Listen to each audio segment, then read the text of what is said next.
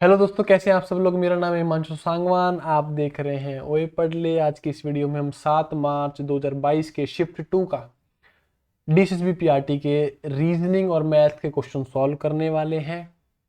ठीक है, तो आपको ये कमेंट करके बताना है कि आपको ऐसी वीडियोस और चाहिए कि नहीं चाहिए। दूसरा, जिसने आखिरी तक देखी कंप्लीटेड लिखना है कमेंट में, प्लस ये भी लिखना है क्लास कैसी लगी।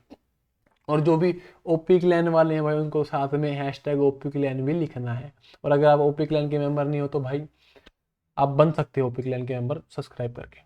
ठीक है, तो चलो भाई, अब क्या करना है। थोड़ी सी मेरी वीडियो क्वालिटी जहाँ पे मैं आपको दिख रहा हूँ थोड़ी सी खराब होगी। थोड़ी सी मतलब खराब तो क्या, डाउनग्रेड होगी। अगर लग रही है तो, अगर सही लग रही है तो बता देना कमेंट करके, क्योंकि ये लैपटॉप के वेबकैम से शूट हो रही है।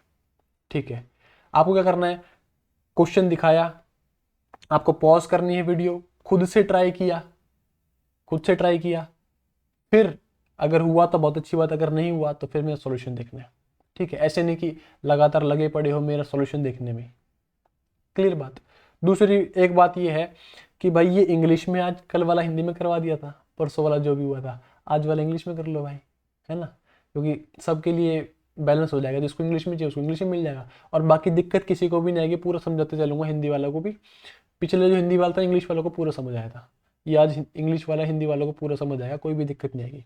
ठीक है, चलो स्टार्ट करते हैं। आप वीडियो पॉज करो या क्वेश्चन करो। देखो, प्रकाश 50 मीटर चलता है टूवर्ड्स ईस्ट, ईस्ट मतलब पूर्व की तरफ चलता है। He turns left, left means बायां मुड़ता है। कितने, 30 मीटर चलता है, बायां मुड़ के 30 मीटर चलता है। He turns to the right, right मतलब दायां, 40 मीटर चलता है। He turns to the left, उसके बाद 135 डिग्री के एंगल पे लेफ्ट मुड़ता है। ठीक है, and walks 20 metre. He turns to the left, उसके बाद लेफ्ट मतलब बायां मुड़ता है और 10 मीटर चलता है। फाइनली ही टर्न्स राइट मुड़ के 45 डिग्री पे चलता है और 50 मीटर चलता है। और ये दो स्टेटमेंट दे रखे हैं, इनमें से ये बताना है हमें कौन सी सही है कौन सी गलत है। ठीक है भाई, चलो इसमें बहुत ही जरूरी कंसेप्ट आएगा, याद रखना। देखो, मैंने मान लिया प्रकाश यहाँ खड़ा है, प्रकाश यहाँ पे खड़ा है। ठीक है, प्रकाश यहाँ से यहाँ गया 50 मीटर टूवर्ड्स ईस्ट। ईस्ट पता ही है आपको, ये होते हैं ना नॉर्थ ईस्ट वेस्ट साउथ। ठीक है, ये चला दिया मैंने ईस्ट तक। He turns to the left, he turns to the left, left मुड़ता है 30 मीटर चलता है। क्लियर बात। He turns to the right, right मुड़ा और 40 मीटर चला। सिंपल, अभी तक पूरी बात क्लियर होगी। अब देखो जो बात आएगी, he turns to the left at an angle of 135 degree. अब प्रॉब्लम क्या आती है बच्चों को यहां पे एंगल बनाने में, कि भाई यहां एंगल बनाऊं कि यहां एंगल बनाऊं। क्योंकि अगर यहां बनाओगे लेफ्ट तो सिंपल बात है, लेफ्ट है। ठीक है, लेफ्ट है, ये तो 90 डिग्री हो जाएगा, 90 डिग्री। पर दिक्कत कहाँ है कि यहां बनाऊं कि यहां बनाऊं, है ना, समझ रहे हो। 135 डिग्री कितना होता है, 90 प्लस 45 ना, मतलब एक पूरा 90 और दूसरा आधा 45। सिंपल बात ये। चलो अब देखो, जब ये यहां से यहां चला और ये यहां से यहां मुड़ा, तब इसका असल एंगल ना यहां बना है 90 डिग्री का, जब ये लेफ्ट मुड़ा है, ना कि यहां पे। क्यों, मेरा फेस यहां सामने है, मैं लेफ्ट मुड़ूंगा तो मेरी गर्दन लेफ्ट जाएगी, शरीर लेफ्ट जाएगा, तो मेरी गर्दन से लेफ्ट जाएगा ना। अगर आप एंगल यहां पे जाके ये 90 बना रहे हो, ये तो गर्दन के पीछे से होगा ना, ये 90 बनेगा। बट इसका जो मेरा मुंह है बंदे का, जो मेरा मुंह है, जब मैं लेफ्ट मुड़ूंगा तो मेरा पूरा का पूरा मुंह का 90 डिग्री मुड़ के तभी तो मैं लेफ्ट में जाऊंगा। तो यही चीज यहां बोली है कि जब यहां पे लेफ्ट मुड़ेगा ना, तो असल में जो 90 डिग्री एंगल बन रहा है ना, वो बाहर की साइड बन रहा है, क्योंकि उसकी गर्दन बाहर की साइड से लेफ्ट जाएगी ना। अब सेम, जब वो यहां से यहां बना, तो आप बोलोगे सर एंगल यहां बनेगा, एंगल यहां नहीं बनेगा बच्चे। उसकी गर्दन आगे से मुड़ के फिर राइट गई है, तो एंगल बाहर की साइड, तो हमेशा एंगल बाहर की साइड बनेगा। तो ये 90 डिग्री ना उसने यहां बनाया है। बात क्लियर, बात क्लियर हुई कि नहीं हुई। चलो अब देखो, अब जो भी कंफ्यूजन थी, अगर इसको हमें सिंपल अगर लेफ्ट मुड़वाता, मतलब जो कि 90 डिग्री पे होता, तो 90 डिग्री पे अगर लेफ्ट मुड़वाता तो ये चीज बनती। ठीक है, एंगल यहां बनता बाहर की तरफ, 90 यहां से है। अब 45 और 90 बचा यहां से है, 45 और, तो 45 जब ये एंगल को यहां कर देंगे, देखो ये 90 ये 45 और, समझ रहे हो? मुंह की साइड से ही बाहर की साइड बनेगा एंगल। अगर आप इसको ऐसे बना लेते हो ना तो बस यही एंगल हुआ, ये कितना 45 एंगल, पर 135 बनाना है तो 90 ये, क्योंकि मैंने बताया बाहर की साइड एंगल बनेगा, और 45 ये, तो 135। बात हुई क्लियर? ये वीडियो, ये मैं क्वेश्चन ना 2 बार करा चुका हूँ। क्या हो रहा है, वीडियो रुक जा रही है बार बार और कुछ ना कुछ प्रॉब्लम आ जा रही है, ठीक है, तो दूसरी बार करवा रहे हैं क्वेश्चन। ये 135 डिग्री, ठीक है, शायद यहाँ पे येलो कलर आपको दिख ना रहा हो, देखो 135 डिग्री अब दिख रहा होगा, ठीक है। कितना चलता है, 20 मीटर चलता है। Next, he turns to the left and walks 10 metre. अब बच्चे ऐसे क्वेश्चन में जब वो लेफ्ट मुड़ रहा है, काफी सारे मतलब अलग अलग 2 चीजें इसमें बताते हैं ऐसे क्वेश्चन में, पर आपको मैं क्या सुझाव दूंगा, अगर वो लेफ्ट मुड़ रहा है ना तो आप उसको लेफ्ट में कैसे मुड़ाओ। देखो देखो, अगर आप सीधे जा रहे हो, अगर आपको बोलूँ मैं लेफ्ट मुड़ना है तो लेफ्ट से मुड़ जाओगे, राइट से मुड़ जाओगे, ठीक है। पर अगर आप ऐसे जा रहे हो, ऐसे जा रहे हो, आपको अगर मैं आपको बोलूँ लेफ्ट मुड़ना है तो लेफ्ट ऐसे जाएगा और ऐसे जाएगा, ठीक है। पर लेफ्ट राइट ना आपको इसके हिसाब से रखना है, किसके हिसाब से, इसके हिसाब से, ठीक है। अगर मैंने लेफ्ट बोला तो लेफ्ट आपका यही होना चाहिए, लेफ्ट आपका हॉरिजॉन्टल, अगर अनटिल और अनलेस एंगल नहीं दिया है तो आपका लेफ्ट एक स्ट्रेट लाइन पे आना चाहिए। बात हुई क्लियर नहीं हुई? देखो ये इसके हिसाब से लेफ्ट यहां जाना चाहिए था, जाना चाहिए था बिल्कुल, पर मैंने क्या बताया, जब तक ऐसे चीजों में एंगल नहीं दिया है तो आप इसका लेफ्ट पूरा का पूरा बनाओ, मतलब कि ये क्लियर है बात, तो पूरा एंगल बनाओ 90, ये पूरा लेफ्ट बनाना है, ठीक है। असल में इसका लेफ्ट ये होना चाहिए था, पर जब तक ऐसी चीजों में जहां एंगल नहीं दिया वहां पे आपको पूरा लेफ्ट बनाना है, ठीक है, ये मानते हुए कि ये सीधे चल रहा था और फिर लेफ्ट मुड़ा है, ऐसा बनाना है, ठीक है। Then he finally turns to the right at an angle of 45 degree. 45 degree देखो कैसे बनेगा, पेन कहाँ गया, ठीक है। उसके बाद फाइनली किस में मुड़ा है, 45 डिग्री के एंगल में मुड़ा है। यार बार बार कॉल आ रही है, फिर से कॉल आ गई थी, देखो थोड़ा सा इस क्वेश्चन में टाइम लगेगा पर आपको समझ आ जाएगा,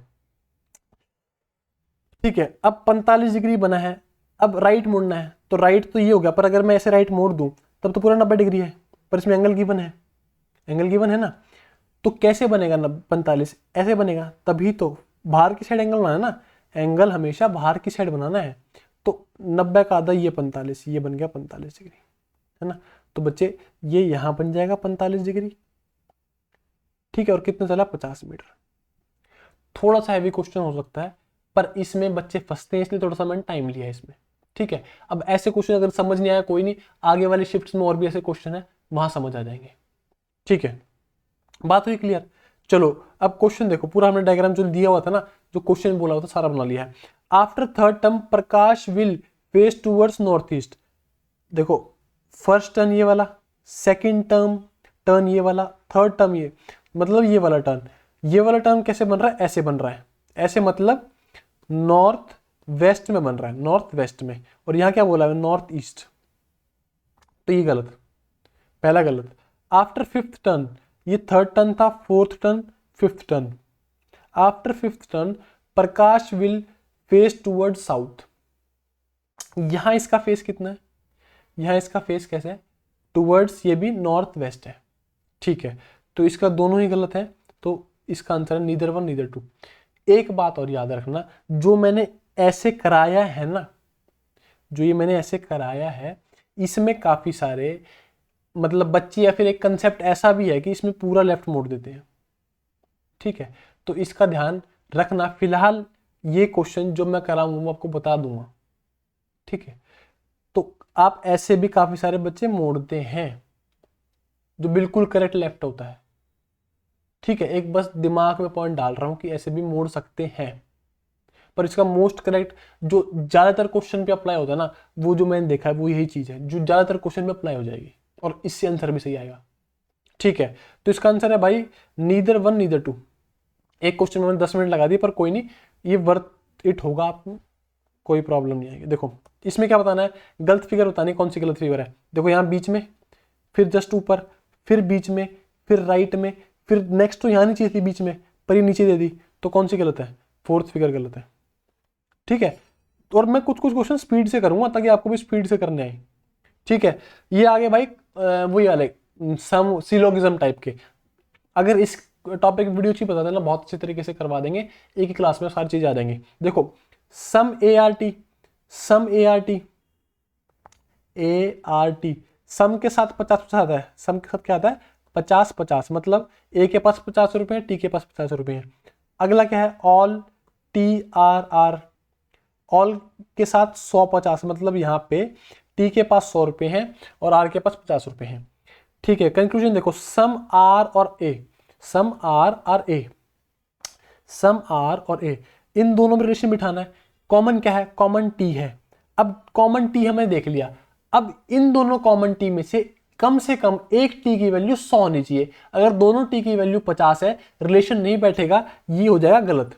पर इसमें देखो टी कॉमन, एक टी की वैल्यू 100 है, रिलेशन बैठ जाएगा। रिलेशन बैठ गया तो देखो ए की वैल्यू 50 है, आर की वैल्यू 50 है, इस हिसाब से सम आर और ए के हिसाब से आर की वैल्यू 50 होनी चाहिए, ए की वैल्यू 50। कैसे? क्योंकि सम वाले रिलेशन में 50-50 आता है। ठीक है, थोड़ा सा कॉम्प्लेक्स लग सकता है जिसने नहीं कर रखा टॉपिक, बाकी जिसको उससे आता है ना वेन डायग्राम से, वो भी बना सकते हो। ठीक है, क्या बताया भाई? इसके हिसाब से आर की वैल्यू 50 चाहिए, ए की वैल्यू 50 चाहिए। देखो आर की वैल्यू 50, ए की वैल्यू 50, करेक्ट हो जाएगा। ठीक है, उसके बाद देखो some T R A, some tea, देखो सम टी आर आर, इन दोनों में ही है, मतलब एक इसी के अंदर रिलेशन बिठाना है। ठीक है, सम के हिसाब से टी की वैल्यू 50, आर की वैल्यू 50। देखो इसमें देखो टी की वैल्यू 100 है, टी के पास 100 रुपए हैं, तो 50 रुपए खर्च कर सकता है। आर की वैल्यू, आर के पास 50 रुपए हैं, तो 50 रुपए खर्च कर सकता है। तो भाई दूसरा ऑप्शन भी सही हो जाएगा। तो बोथ कंक्लूजन 1 और 2। ठीक है भाई, थोड़ा सा कभी कभी स्पीड में बोल जाऊं तो थोड़ा सा संभाल लेना। ठीक है, चलो ये फिर से थोड़ा सा टाइम लगेगा भाई इस क्वेश्चन में ना, तो टाइम दिया करो थोड़ा सा। जिस क्वेश्चन में टाइम लगेगा ना उसमें टाइम ही चाहिए। देखो 8 बंदे बैठे हैं, P Q R S T U V W, एक सर्कुलर टेबल में बैठे हैं जिनका मुंह सेंटर की टुवर्ड्स है। ठीक है, पहले 8 बंदे बना लो, 1 2 3 4 5 6 7 8, बना लिया 8 बंदे, बस काम यहाँ तक। V sits third to the right of W, B W के तीसरे साइड में, मतलब राइट साइड में तीसरे नंबर बैठा है। क्लियर बात। R seats third to the left of P, R कहां बैठा है? आर कहां बैठा है? पी के तीसरे लेफ्ट में तीसरे नंबर पे। ठीक है, वी बनाते हुए चलते हैं, सॉरी। देखो V seats third to the right of W, अगर डब्ल्यू को, अगर ऐसा कुछ आ रहा है ना कि थर्ड फोर्थ, इसमें स्टार्टिंग में एक रिलेशन बिठा दो कहीं पे भी। देखो अगर डब्ल्यू यहां बैठा मिलेगा, इसको ब्लैक से कर लेते हैं, डब्ल्यू यहां बैठा हुआ मिला, तो वी सीट्स राइट साइड से तीसरे नंबर पे बैठा है वी, तो 1 2 3 यहां पे बैठा है वी। बात क्लियर। अब अगला क्या है? R sits third to the left of P, अगर पी यहां बैठा है तो आर यहां बैठा हुआ, लेफ्ट में हो गया ना पी के। ठीक है, सर्कल में वो हिसाब से देख लेना। सर्कल में अगर आप क्या बोलते हैं, सॉरी, एंटी क्लॉकवाइज जाओगे तो राइट में आ जाएगा, और क्लॉकवाइज जाओगे तो लेफ्ट में आ जाएगा। ठीक है, अब ये मेरे सॉल्व करने का तरीका, मैं क्या सॉल्व करता हूँ वो देखते जाओ आप, बिल्कुल मैं जो मेरा नेचुरल मेथड है वो दिखा रहा हूँ। B is the neighbour of P, B is the neighbour of P. ठीक है, 3 boys sit between S and T, 3 boys, S और 3 बॉयज। अब देखो बस ये बताया गया है कि एस और टी के बीच में 2 बॉय हैं, 3 बॉय हैं। अब इनकी पोजीशन फिक्स नहीं है, इनकी पोजीशन आगे पीछे हो सकती है। बात clear. U sit second to the right of Q, U sits second to the right of Q. यार पेन चल क्यों नहीं रहा है? क्यू, क्यू, क्यू के सेकंड राइट में यू बैठा है। ठीक है, R sits to the immediate left of P, R sits to the immediate left of P. पहले सारी इंफॉर्मेशन लिख लेनी है जब भी इसका सॉल्यूशन होगा। अब देखो पकड़ना क्या है, वी है, डब्ल्यू इनके साथ कोई देखो रिलेशन है कि नहीं है? रिलेशन दिख रहा है मुझे, वी के साथ एक पी का दिख रहा है भाई, पी का दिख रहा है। ठीक है, ये ना कहां गया, V is the neighbour of P, V is the neighbour of P. इसका मतलब ये चेंज हो सकते हैं, V is the neighbour of P, V इसके राइट में हो सकता है P के, और P के लेफ्ट में हो सकता है, बस नेबर बताया गया है। ठीक है, ये पोजीशन करेक्ट नहीं, जब मैंने इस पर गोला मारा हुआ है। ठीक है, देखो अगर मैंने P को यहां बिठा दिया, P को यहां बिठा दिया, तो R कहां बैठेगा, 1 2 3 बोला हुआ है ना कि R sits third to the left of P, तो P के लेफ्ट में 1 2 3 R, क्लियर है। पर अब ये भी बोला हुआ है यहाँ पे देखो, R sits to the immediate left of T, तो इस हिसाब से तो T यहां होना चाहिए था, पर यहां तो क्या है, W है ना, W है यहाँ पे, तो ये चीज गलत, तो P को यहां बिठाएंगे, और P की दो ही पोजीशन हो सकती है जिसमें हमने एक क्रैक कर ली, दूसरी गलत है। ठीक है, P के सेकंड में क्या है, 1 2 3 यहां पे आ जाएगा R, और क्योंकि R T के जस्ट इमीडिएट लेफ्ट में है तो यहाँ T आ जाएगा, बिल्कुल सही है, लेफ्ट में। अगर किसी को अभी भी कंफ्यूजन हो रही ना, चाहे तो खुद बैठो, आप इमेजिन करो कि आप एक टेबल के गोल टेबल में बैठे हो, आपका मुंह सेंटर के टूवर्ड्स है, राइट में देखो, लेफ्ट में देखो, आपके अगर लेफ्ट में R बैठा है, लेफ्ट में R बैठा है, तो मतलब आप T हुए, तो उसको विजुलाइज करके बना दो ना, अगर नहीं आ रहा तो। बाकी अगर आप एंटी क्लॉकवाइज जाओगे तो राइट में आएगा, और अगर आप क्लॉकवाइज जाओगे तो लेफ्ट में आएगा। ठीक है, ये रटने वाली बात है ये वाली, तो अगर खुद से इमेजिन करके करोगे कोई प्रॉब्लम नहीं आएगी। ठीक है, ये सारी सिचुएशन होगी भाई। अब देखो ये वाली सिचुएशन होगी, ये वाली होगी, ये वाली होगी, एक Q और U वाली बची।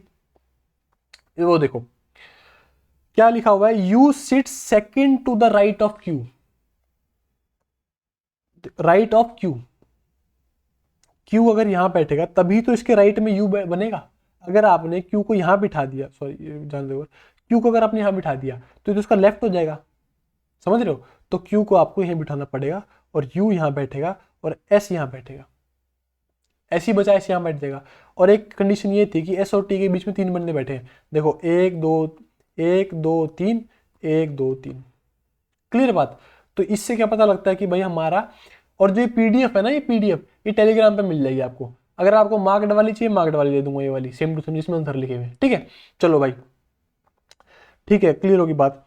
अब ऑप्शन देखो, P sit second to the left of U, U कहां है, U ये रहा, और P sits second to the left of 1 2 3, third left में बैठा है, पहला ऑप्शन गलत।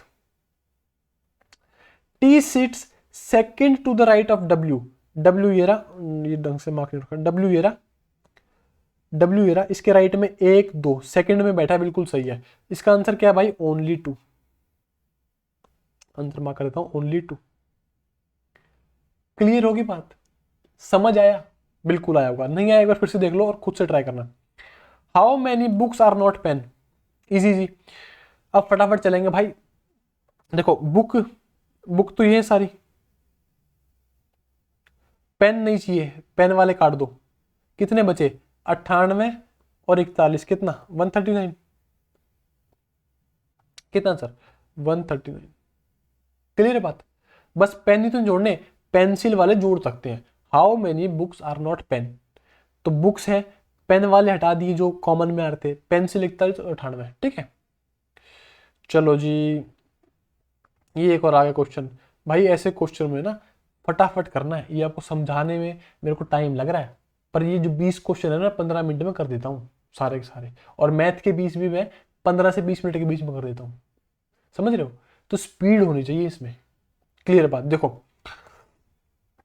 अ टीम ऑफ 5 मेंबर्स, एक 5 मेंबर की टीम चुनी जानी है, किसमें से 4 तो मैन है, M1 M2 M3 M4, और 4 ही वुमेन है, कौन सी, W1 W2 W3 W4। ठीक है, टीम कितने बंदों की, 5 बंदों की चुनी जानी है। ये दिख रहा है, थोड़ा जूम कर दूं, अब दिख रहा हुआ, ठीक है, क्लियर है बात। अब देखो M2 and W3 can not be selected together, अब जो लिख लो, जो सिलेक्ट एक साथ नहीं हो सकते, M2 और W3 एक साथ सिलेक्ट नहीं हो सकते, काटा मार दो, अगर कहीं मिले एक साथ तो वो टीम गलत हो जाएगी। M4 and W4, M4 and W4 can not be selected together, ये भी भाई अगर ये टीम एक साथ में मिले टीम बनेगी नहीं, इन दोनों में जो M2 W3 M4 और W4 है, ये इन दोनों में लड़ाई चल रही है, ठीक है, मतलब M2 की W3 से और M4 की W4 से, ठीक है। चलो, neither M3 no W3 can be selected with W1, ना ही M3 और ना ही W3 को हम W1 के साथ सिलेक्ट कर सकते, तो ये भी गलत। बस जो जो लिखा है भाई। अब which of the following members can be selected, देखो M1 M3 W2 M3 W4। अब बस टीम में आपको ये देखना है कि ऐसे बंदे चुने जिनमें भिड़ंत है ना, जैसे M2 और W3 में भिड़ंत है, M4 और W4 में भिड़ंत है, इन दोनों में भिड़ंत है ना, बस वो देखना जिसमें नहीं है। देखो M1 ठीक है, M3 ठीक है, W2 ठीक है, W3 ठीक है और W4 भी ठीक है, ये तो सारी ठीक है, तो पहला सही है। गलत देखो, M1 M2 W1 W3 W4, देखो M2 और W3 एक साथ आ गए जो कि नहीं आ सकते, तो ये टीम तो गलत ही हो जाएगी। अगली देखो M2 W3, ये तो एक साथ आ गई, फिर से M2 W3 नहीं आ सकते ना एक साथ, तो ये भी गलत हो जाएगी। W1 और W3, W1 और W3 साथ में आ सकते हैं, ये भी गलत हो जाएगी, तो ये तो आ ही सकते ना। क्लियर बात, सिंपल सी बात है, तो पहला ऑप्शन सही है। चलो जी, एक 1785 1529 1333 1100, क्या बोलते इसको, 89 1158, यार वो मान लो 1189 है, ठीक है, 1089। नेक्स्ट बताना, नेक्स्ट नंबर बताना है, ठीक है भाई। इन सब में सिंपल सी पहली बात ये है, एक बार डिफरेंस देख लो, क्योंकि कम होने डिफरेंस देख लेते हैं भाई। चलो यहां से देख लेते हैं पीछे से, देखो यहां से कितना डिफरेंस दिख रहा है, यहां से मेरे को दिख रहा है डिफरेंस 100 ही है, 1000 1089 और 1189 में 100 का डिफरेंस, ठीक है। यहाँ पे देखो 1189 और 1339 तक पहुंचना है, पहले इसको मैं पूरा कर लेता हूँ। 1189 है तो इसको मैं 1200 बना लेता हूँ, कितने 11 जोड़ के, 11 जोड़ के, ठीक है, तो 1200 तक पहुंच जाएंगे। उसके बाद 133 बचा और 11 वो मेरे जो मैं जोड़ के 1200 लाया, तो 144। ये आपको कैलकुलेशन करने का तरीका सिखा रहा हूं, वहां माइनस करने की जरूरत नहीं पड़ेगी, और ये आज में नहीं आएगी। जब लगातार मेरी 5-6 क्लासेस देख लोगे ना, तब आपकी कैलकुलेशन अपने आप तेज हो जाएगी, वो आप देख लेना, ठीक है। अब देखो कुछ आइडिया लगा, 100 144 ये तो स्क्वायर है यार।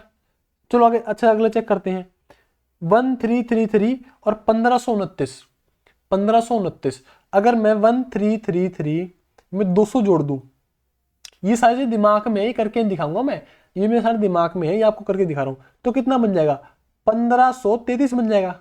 पर क्या है, 1529 4 कम है, तो मतलब 196, तो ये वाला गैप कितना, 196।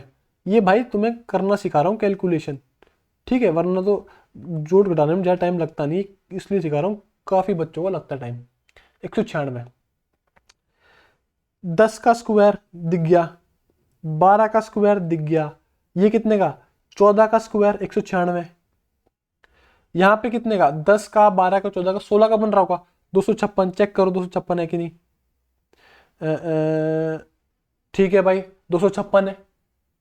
1529 में 200 ऐड करूंगा 1729, 1729 में 50 ऐड करूंगा 1779, और प्लस 6 करूंगा 1785 आ जाएगा, बिल्कुल सही है। तो देखो हुआ क्या है, 16 का स्क्वायर, उसके बाद माइनस 16 का स्क्वायर पहले माइनस किया, फिर 14 का स्क्वायर माइनस किया, फिर 12 का स्क्वायर माइनस किया, फिर 10 का स्क्वायर माइनस किया, तो अब 8 का स्क्वायर माइनस करेंगे, 8 का स्क्वायर 64, 1089 में से 64 माइनस कर देंगे, तो क्या आ जाएगा, आखिरी में 5 आएगा, आखिरी में 5 इसमें है, पर ये बहुत कम है, इसमें बहुत कम है, बहुत कम है, 1025। 1025 में 64 ऐड करोगे 1089 आएगा, ठीक है भाई, बोलना नहीं आ रहा है, पता नहीं क्या था, 1079 होता शायद ना, चलो 1025, ठीक है भाई। चलो भाई आ जाओ, ये भाई बहुत ही अच्छे सवाल है, बहुत ही अच्छे सवाल है ना, इसलिए कराए जा रहे हैं, लल्लू पंजू क्यों कराऊंगा मैं। चलो, यू कैन गो नाउ को हम कोड में लिखते हैं @ $# एंड, यू कम हियर को हम लिखते हैं $C#, कैन आई कम इनको लिखते हैं एंड C % और प्लस। हमें कोड बताना है, आई गो इन नाउ का कोड बताना है हमें, ठीक है। चलो इसका कोड बताना हमें। देखो यू कैन गो नाउ, अब हमें दो सेंटेंस ऐसे देखने हैं जिसमें कुछ ना कुछ कॉमन हो। देखो you can go now, you come here, common क्या है यू, कॉमन क्या है यू, तो इनका जो सिंबल है वो भी कॉमन होगा, निकाल लो। देखो यू, यू का कोड हमें पता लग जाएगा। देखो यू इसमें कॉमन, इसमें कॉमन, अब इसमें और इसमें कुछ ना कुछ कॉमन दिख रहा है, क्या दिख रहा है, हैश कॉमन दिख रहा है, तो यू का साइन क्या हो जाएगा, हैश। बात क्लियर। नेक्स्ट देखो, can I come in, can I come in, you come here, क्या कॉमन दिख रहा है, come, come, and C percentage plus star she hash, तो क्या क्या बोलूं, कम की वैल्यू क्या हो जाएगी, कम का कोड क्या है, सी है ना, दोनों में कॉमन है, ठीक है। अगला देखो, you can go now, can I come in, क्या कॉमन है, कैन कॉमन है, can, can, and hash dollar and C, क्या एंड तो पता ही लग रहा है, 2 बार एंड आ रहा है ना, तो कैन का कोड क्या हो जाएगा, कैन का कोड क्या हो जाएगा, एंड हो जाएगा। क्लियर बात। अब देखो, अब दिक्कत क्या आएगी, I can go in now, इनमें से बस इन्हीं 3 के कोड आप निकाल सकते थे, औरों के कोड नहीं निकल पाएंगे क्योंकि और कुछ कॉमन नहीं है। तो इसमें एग्जामिनर कैसे खेल के जाता है, देखो अब you can go now, you can का आपके पास कोड है, बचा किसका, गो नाउ का, गो, इसमें ना आप फंस जाते हो, आप सोचते हो यार कोड तो आया नहीं, गो नाउ हैश कट जाएगा और एंड कट जाएगा, तो गो नाउ का कोड क्या बचेगा, एंड और डॉलर, ठीक है। इसमें देखो can I come in, can I come इन, ये वाला कैन आई कम इन, इसमें किसका कोड है हमारे पास, कैन का है, कम का कोड है, कैन का कोड है, कम का कोड है, क्या, सी और एंड, ठीक है। तो बचेगा किसका, इनका, आई का बचा और इनका बचा, है ना। देखो सी तो कट ही जाएगा और एंड भी कट जाएगा, तो परसेंटेज और प्लस। अब देखो पूछा किसका है, आई गो in now, I go in now, तो बस यही तो आंसर है इसका। अब इसमें देख लो परसेंटेज प्लस एंड और डॉलर है कि नहीं, किस में है, परसेंटेज, सॉरी परसेंटेज प्लस भी है, एट द रेट भी है और डॉलर भी है, तो यही आंसर हो जाएगा। क्लियर बात, क्लियर बात। ये था लंबा तरीका, पर जहां पे आपको पता लग गया इन तीनों का कोड, इन तीनों कोड, देखो ये तो हमने बाद में किया है, आपको पहले ही तीनों कोड से ये आपको मुश्किल से 20 सेकंड में निकाल लोगे इन तीनों कोड कॉमन देख के, ठीक है। अब इसमें देख लो ऑप्शन में, इनमें से क्या कोई कोड है जो कि यू कम कैन, इसमें तो नहीं है, जिसका आंसर है यू कैन कम तो नहीं है इसमें, तो इन ऑप्शन में भी नहीं मिलना चाहिए इनमें इनका कोड। देखो देखो देखते हैं, इसमें देखो सी आ गया कम का, पर इसमें तो कम है ही नहीं, तो ये गलत। Dollar plus at the rate star, dollar plus at the rate star, star कहाँ था, स्टार, स्टार देखो ये स्टार, स्टार किसका, हियर का, स्टार हियर का ना, हियर का स्टार है, ये भी तो आ जाएगा, हियर का स्टार है, तो इसमें स्टार है, ये भी गलत हो जाएगा। उसके बाद देखो एट द रेट, क्या बोलते हैं, परसेंटेज प्लस और हैश, हैश तो ये रहा, ये भी गलत, तो ये आ जाएगा, ठीक है। तो ये भी आपको अलग से निकालने की जरूरत नहीं पड़ती। क्लियर है बात। चलो भाई, ये भाई सारे याद कर लेना जिसको याद ना हुए अभी तक, ये ना ये जो अल्फाबेट के नंबर। चलो मैं दिखाता हूँ आपको कैसे याद करने हैं, याद तो आपको खुद ही करने हैं, मैं दिखाता हूँ अप्लाई कैसे करते हैं फटाफट। देखो पी की वैल्यू 16, सी की वैल्यू यहाँ लिखता हूँ, नीचे लिख देता हूँ ना, ऐसे लिखते हैं, हाँ ठीक है ऐसे लिख देंगे। देखो पी की वैल्यू 16, सी की वैल्यू 3, एस की वैल्यू 19, जी की वैल्यू 7, वी की वैल्यू 22, के की वैल्यू 11, वाई की वैल्यू 25, ओ की वैल्यू 15, उसके बाद बी की वैल्यू 2, एस की वैल्यू 19, उसके बाद ई की वैल्यू 5 और एक्स की वैल्यू 24। ठीक है, और ये नंबर एक बार पहले इनको देख लेते हैं, सबसे पहले इनको देखना, नंबर तो आपको बाद में देखने हैं। 3 plus 3 plus 3 plus 3 plus 3 plus, सही है। 4 प्लस 4 प्लस 4 प्लस 4 प्लस और ये 5 प्लस, ये गलत हो गया ना, ये वाला गलत हो गया। कौन सा था? EX 326। ठीक है, बाकी काम करने की जरूरत ही नहीं है। क्लियर है भाई? चलो, A is to the west of B, A is to, sorry मिटाता हूं इसको, A is to the west of B, B के वेस्ट में A है, B के वेस्ट में A है, ये तो आपको पता ही है ना, नॉर्थ ईस्ट वेस्ट साउथ, तो B के वेस्ट में A है। C is to the north of B, C B के नॉर्थ में है। D is to the east of C, D C के ईस्ट में है। अब क्या बताना है? In which direction is A from D, A किस डायरेक्शन में है D के, किसके रिस्पेक्ट में पूछा है? In which direction is A from D, D से, अगर मैं D हूं तो मेरे से A कहां खड़ा है, तो D से A कहां खड़ा है, ये देखो, ये ऐसा साइन किसका होता है, ये यहां देख लो, क्या साउथ और वेस्ट, साउथ वेस्ट। क्लियर हुई बात? South west. ठीक है भाई, थोड़ा फास्ट फास्ट चलेंगे, 11 क्वेश्चन हुए हैं, कैसे करेंगे, और आधा घंटा हो गया। चलो let's do this OP clan, भाई जोश होना चाहिए सब में। ठीक है, आपको एक बहुत ही अच्छी लाइन सुनाऊंगा लास्ट में, वो सुन के जाना जरूर। चलो, all A are B, A all वाला क्या बताया? 150, यहाँ पे A B, नो का मतलब 100 100 B D, सम का वैल्यू 50 50 D G, सिंपल इनकी वैल्यू लिखी है मैंने। ठीक है, इनकी सिंपली वैल्यू लिख दी मैंने। और याद रखना, नो वाला नेगेटिव होता है, नो वाला नेगेटिव, पॉजिटिव, और बाकी ये दोनों पॉजिटिव होते हैं। ठीक है, और सम नॉट वाले भी नेगेटिव होते हैं। नो A इज D, देखो A और D में रिलेशन बिठाना है। ठीक है, कॉमन क्या है?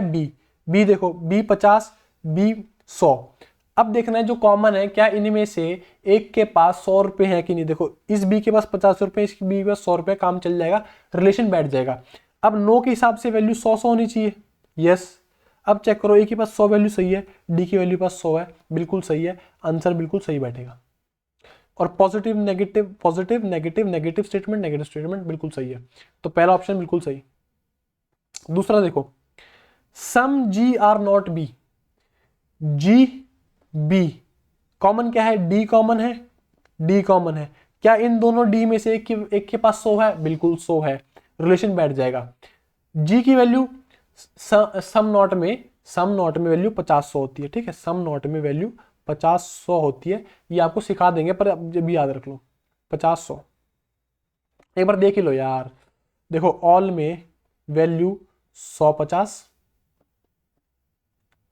ठीक है, सम में वैल्यू 50 50, नन में वैल्यू 100 100, और सम नॉट में वैल्यू 50 100।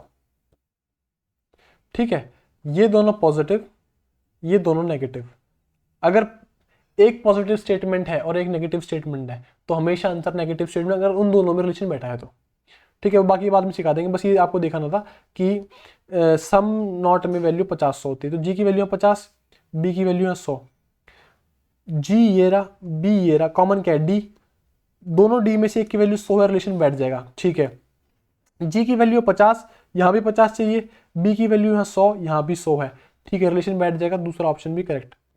तीसरा देखो, some A are not G, some A are not G, A G, A G। अब देखो, डबल डबल उठाना पड़ेगा। देखो, A है G है, अभी देखो A की वैल्यू यहाँ 50 है, G की वैल्यू यहाँ 100 है। क्या है? G की वैल्यू अगर रिलेशन बैठ भी गया तो क्या G की वैल्यू 100 हो पाएगी? कभी नहीं। G के पास 50 रुपए है, तो वो 100 कैसे खर्चेगा? नहीं खर्च पाएगा ना, तो ये ऑप्शन गलत हो जाएगा। तो only 1 and 2, only 1 and 2, only 1 and 2। ठीक है भाई, चलो, J की वैल्यू 10, X की वैल्यू 24, M की वैल्यू 13, A की वैल्यू 1। अब हमें क्या बताना है? D की वैल्यू 4, V की वैल्यू 22, ये बताना है हमें। यहाँ पे 3 ऐड हुआ है, तो यहाँ पे 3 ऐड करके 7, 7 की वैल्यू G, 24 है, 24 1 है, 3 ऐड हुआ है, 25 26 1। ठीक है, 3 ऐड हुआ है, 25 25 मतलब Y, तो G Y आंसर हो जाएगा। ठीक है,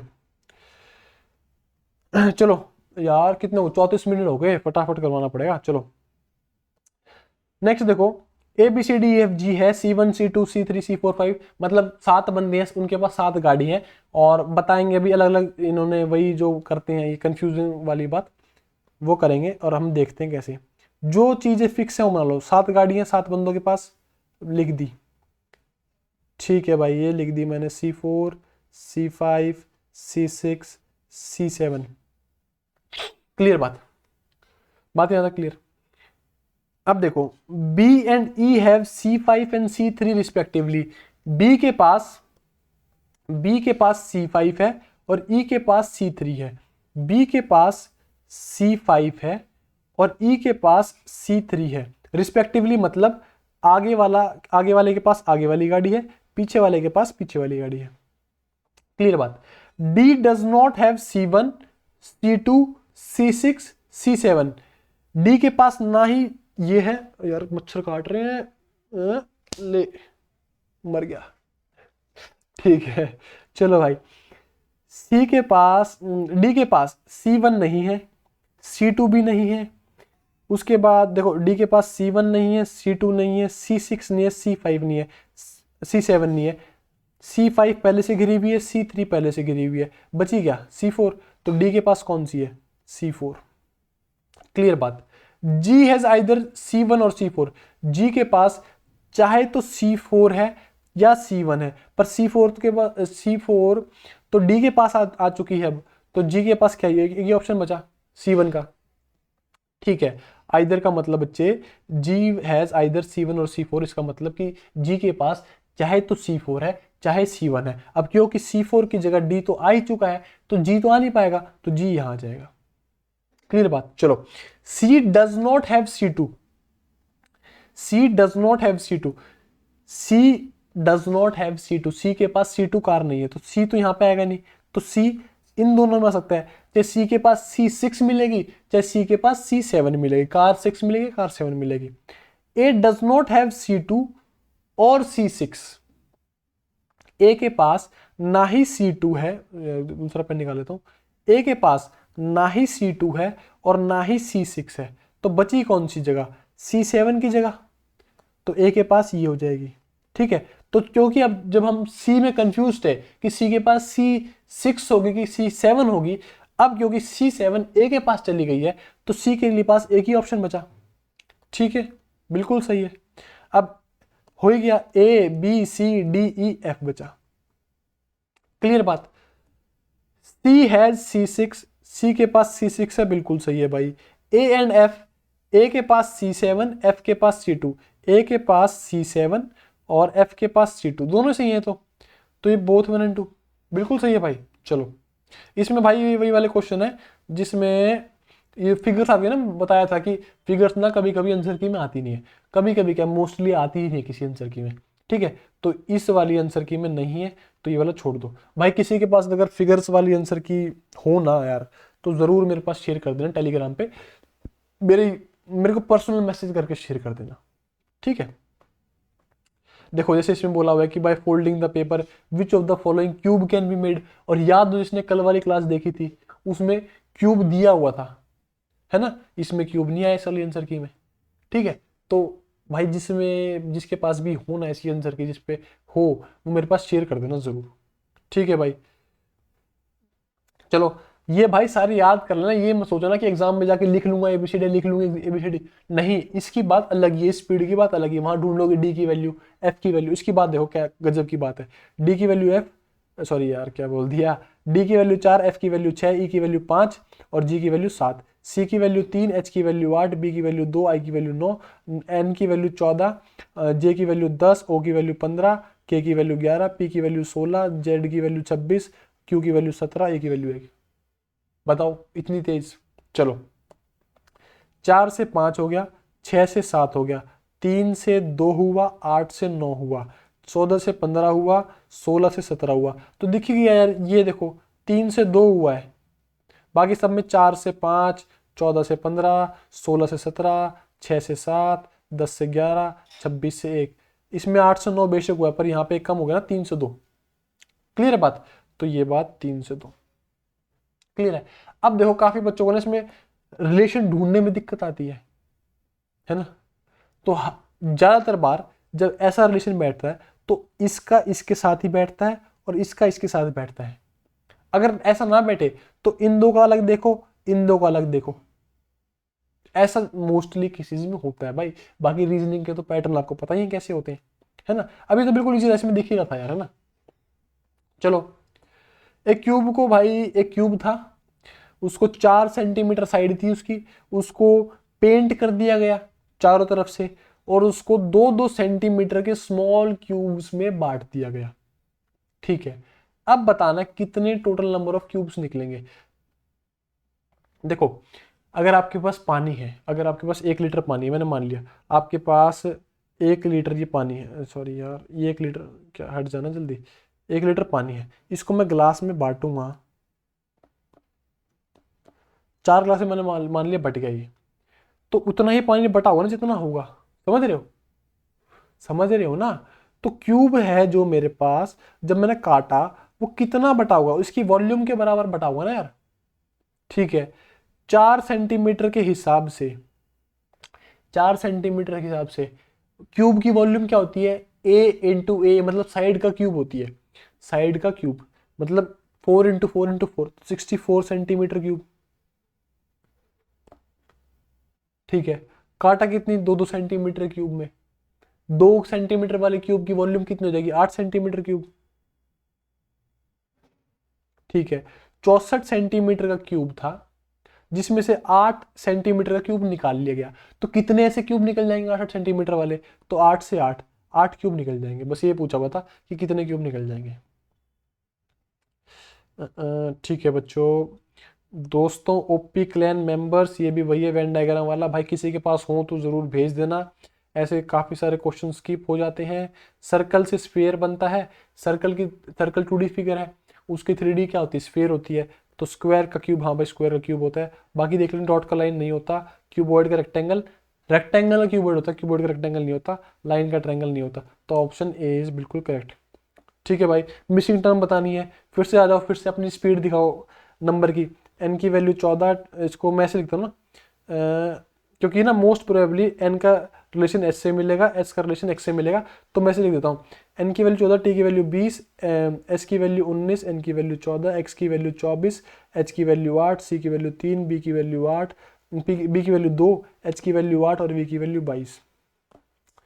5 प्लस 5 प्लस 2 और 3, 5 plus 5 plus 6 minus 6 minus 6 minus 6 minus, तो यहाँ 5 प्लस कितना, 13, 13 मतलब एम, यहाँ 6 माइनस मतलब 16, 16 मतलब P, M P, answer M P. ठीक है भाई, तो इस चीज़ में बहुत फास्ट हो जाओ, इस चीज़ में हम में से कोई आगे, हमसे आगे एटलीस्ट नहीं निकलना चाहिए। ठीक है, चलें भाई आगे, रीजनिंग खत्म होगी, 43 मिनट की क्लास हो चुकी है। अब आ जाओ मैथ को फोड़ते हैं लगातार, मैथ को फोड़ते हैं, अब मैथ को फोड़ते हैं। चलो ये रहा मैथ, चलो भाई, और सब ना अपना स्कोर लिखना, जिसने पूरी क्लास ली है ना वो अपना स्कोर लिखना कमेंट में कितना है तुम्हारा। जितने भी क्वेश्चन जिसकी फिगर थी उसको नजरअंदाज करते हुए जितने भी क्वेश्चन बैठे, और प्लस इसके भी क्वेश्चन बैठे। ठीक है, देखो भाई, 2 पाइप हैं P1 और P2, वो एक एम्प्टी टैंक को 6 घंटे और 8 घंटे में भर देते हैं। एक पाइप P3 है जो कि खाली करने वाला है, एक लाइक टैंक है, उसको 2 नल तो भरने वाले, एक नल है पानी निकालने वाला। ठीक है, वो 16 घंटे में पूरे टैंक को खाली कर देता है। ठीक है, पहले P1 और P2 पाइप को ओपन कर दिया कितने, 3 घंटे के लिए, और उस 3 घंटे बाद पाइप 3 को भी ओपन कर दिया। पाइप 1 और पाइप 2 चल ही रही है, इसमें लिखा हुआ ना पाइप 3 इज ऑल्सो ओपन, तो पाइप 1 पाइप 2 चल रही है, 3 घंटे तक चले, 3 घंटे के बाद पाइप 3 को भी खोल दिया गया। तो अब बताना कितने टाइम में टैंक भर जाएगा पूरा। बहुत ही ईजी क्वेश्चन है। देखो, जिसको कंसेप्ट पता है बहुत अच्छी बात है, जिसको नहीं पता भाई प्लीज चैप्टर कर लो, और मैं ही करवा दूंगा। अगर आप बोलोगे ना सर ये चैप्टर करवा दो, एक मुझे बहुत ही अच्छी बुक मिली है मैथ्स की, वो आप लोगों से ज़रूर शेयर करूंगा, है ना। और बहुत बहुत आभारी हूँ टीचर का जिसने वो बुक बनाई। ठीक है, तो आपको ज़रूर शेयर कर दूंगा मैं। एक बार ही बता देना कौन कौन चैप्टर आपको करने हैं, नहीं तो पूरी कंप्लीट मैथ ही करवा देंगे अगर टाइम मिला तो भाई। ठीक है, देखो P1 भरता है 6 घंटे में, P2 भरता है 8 घंटे में, P3 खाली करता है कितने में, 16 घंटे में। तो इधर माइनस लगा दो क्योंकि ताकि हमें आइडिया रहे कि 16 घंटे में खाली करता है। ठीक है, अब आपने देखा हो कि जब हमारे पास ऐसा हो कि भाई एक तो एक बंदा 2 की स्पीड से भाग रहा है, एक बंदा 3 की स्पीड से भाग रहा है, तो हम इनका डिस्टेंस कुल मिला के ले लेते हैं। हमने मान लिया भाई 6 डिस्टेंस हो गया एग्जाम्पल के तौर पे। चलो अब मैं ये कंसेप्ट नजरअंदाज करता हूँ, ये मानते हुए कि आपको आता है, इसलिए करवा रहा हूँ ये वाला। ठीक है, चलो पता क्या करते हैं, अब ये इनकी है, ये इनका टाइम है। अब इनका हमें तीनों का एलसीएम लेना होता है, इन तीनों का एलसीएम लेना होता है ताकि हम एक टैंक की कैपेसिटी निकाल सके। ठीक है, तो 6, 8, 16 का एलसीएम क्या होगा, 48 आ जाएगा। ठीक है, अब आती है एफिशिएंसी। 6 को 48 को 6 से डिवाइड करो 8, 48 को 8 से डिवाइड करो 6, 48 को 16 से डिवाइड करो 3, और क्योंकि इसकी ये माइनस में तो माइनस। ठीक है, ये वही चीज है जो हम करते हैं ना कि भाई अगर एक चीज पूरा काम 10 दिन 20 दिन में कर रही है तो एक दिन में कितना काम करे, 1/20 है ना, वैसे ही 1/30। फिर हम एलसीएम लेते थे, याद करो यार, जो हम 7th 8th में करते थे, ये वही चीज है, बस इसको थोड़ा सा सिंप्लीफाइड फॉर्म दिया हुआ है। ठीक है, ये आ गई एफिशिएंसी। एफिशिएंसी मतलब अगर पी को 1 घंटे चलाया तो ये 8 भरेगी, P2 को 1 घंटे चलाया तो ये 6 भरेगी, और P3 को 1 घंटे चलाया तो ये 3 खाली कर देगा। किसका, 48 का। टोटल टैंक कैपेसिटी 48, हमने मान लिया 48 लीटर का टैंक है, मान लिया। P1 और P2 को 3 घंटे तक चलाया गया। देखो P1 1 घंटे में 8 भर रहा है, एफिशिएंसी है ये। एफिशिएंसी मतलब 1 घंटे में कितना, पर यूनिट टाइम में कितना। P2 1 घंटे में 6 भर रहा है, तो दोनों 1 घंटे में मिलके कितने भर देंगे भाई, 14 भर रहे होंगे 1 घंटे में, P1 और P2 दोनों मिलके। ठीक है, उसके बाद 1 घंटे में दोनों मिलके 14 भर रही हैं, 3 घंटे में कितने भर देंगे, 42 भर देंगे। ठीक है भाई, टोटल टैंक की कैपेसिटी कितनी है, 48 है, बचा कितना, 42 तो उन्होंने भर ही दिया।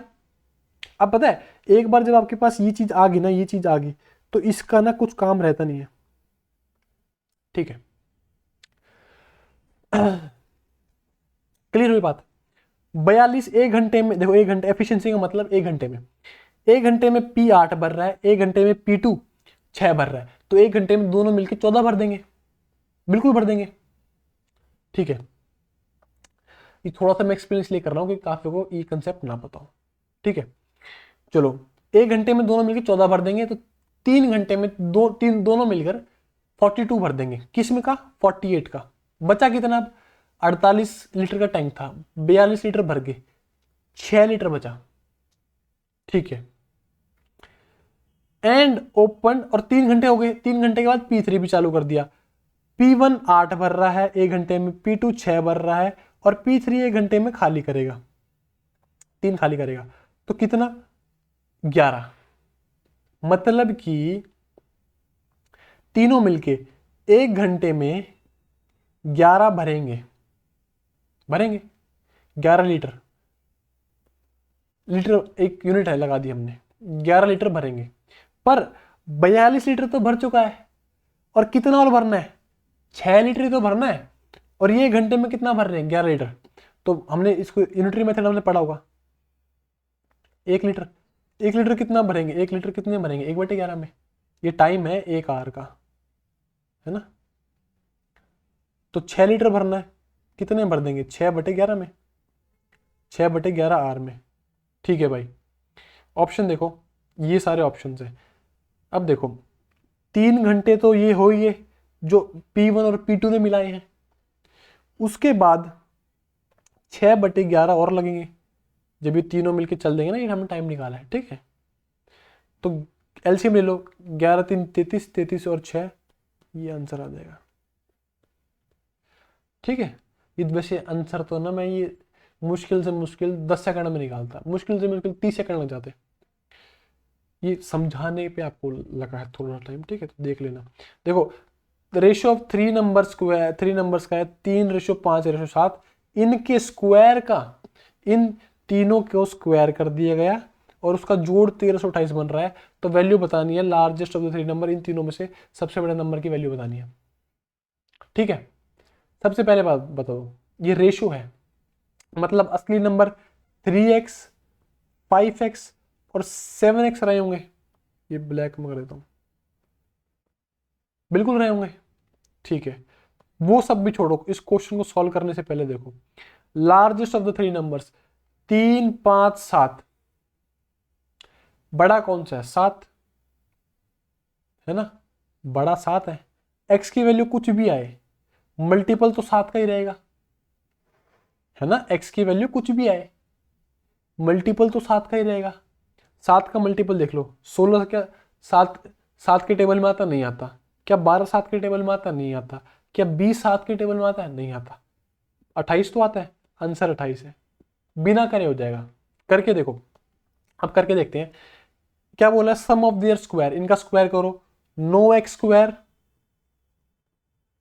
25x स्क्वायर और 49x स्क्वायर, इसकी वैल्यू कितनी आई? 1328। 49 प्लस 25 प्लस 9, 58 58 70 83, 83x स्क्वायर की वैल्यू 1328 आई है। देखो काटते हैं इसको, सिंपल सी बात है, इसे कटेगा, देखते हैं। 83 कम 83, पहले 132 को काटेंगे। 132 वो है ना, पता, ये बच्चों वाला चीज मैं करता नहीं ना, आपको भी करनी है। अब आप ओपी क्लैन के मेंबर बन चुके हो, ये बच्चों वाली चीज छोड़ दो। देखो 83 कम 83, 17, 100 में 17 कमी और 32 ये 49, तो क्या बचा? 498 बचेगा रिमाइंडर में। 83 छिक्के कितना आएगा? 6 3 जा 18 और 498 बिल्कुल आ जाएगा छिक्के पे। ठीक है, तो एक्स स्क्वायर की वैल्यू आई 16, एक्स की वैल्यू कितनी आ जाएगी? 4। सबसे बड़ा नंबर ये कितना हो जाएगा? 12। ये कितना हो जाएगा? 4 पंजे 20 और 7 चौके 28। बताओ आंसर क्या है? सबसे बड़ा नंबर क्या है? 28। 28, ये तो पहले आ गया था हमारा आंसर। ठीक है, ये बच्चा वही है, इसमें ना फिगर नहीं है। ये देखो, एक क्यूबॉइड की लेंथ ब्रेथ 90 60 दे रखी है, volume of the cuboid 64,800 cube meter दे, सेंटीमीटर क्यूब दे रखा, हाइट बतानी है। तो क्यूबॉइड का क्या होता है फॉर्मूला वॉल्यूम का? Length into breadth into height. ठीक है, लेंथ ब्रेथ हाइट निकालनी है, कितना? 64,800। ये जीरो से ये जीरो, ये जीरो से जीरो, मतलब इन दो जीरो से दो जीरो कट जाएंगे। 6 से काट दो, 600 तो सीधे दे जाएगा। 648, देखो 648 को अब डिवाइड कैसे करना है, इसको दिमाग में अलग अलग देखो। 600 प्लस 48, 600 को कितने से जाएगा? 6 से डिवाइड करूंगा 100 से, और 48 8 से, तो 100 प्लस 8 108, और 9 के टेबल से कितना जाएगा? 12 बार, 12 निम में 108। एच की वैल्यू कितनी आ गई? 12। कहाँ गई 12?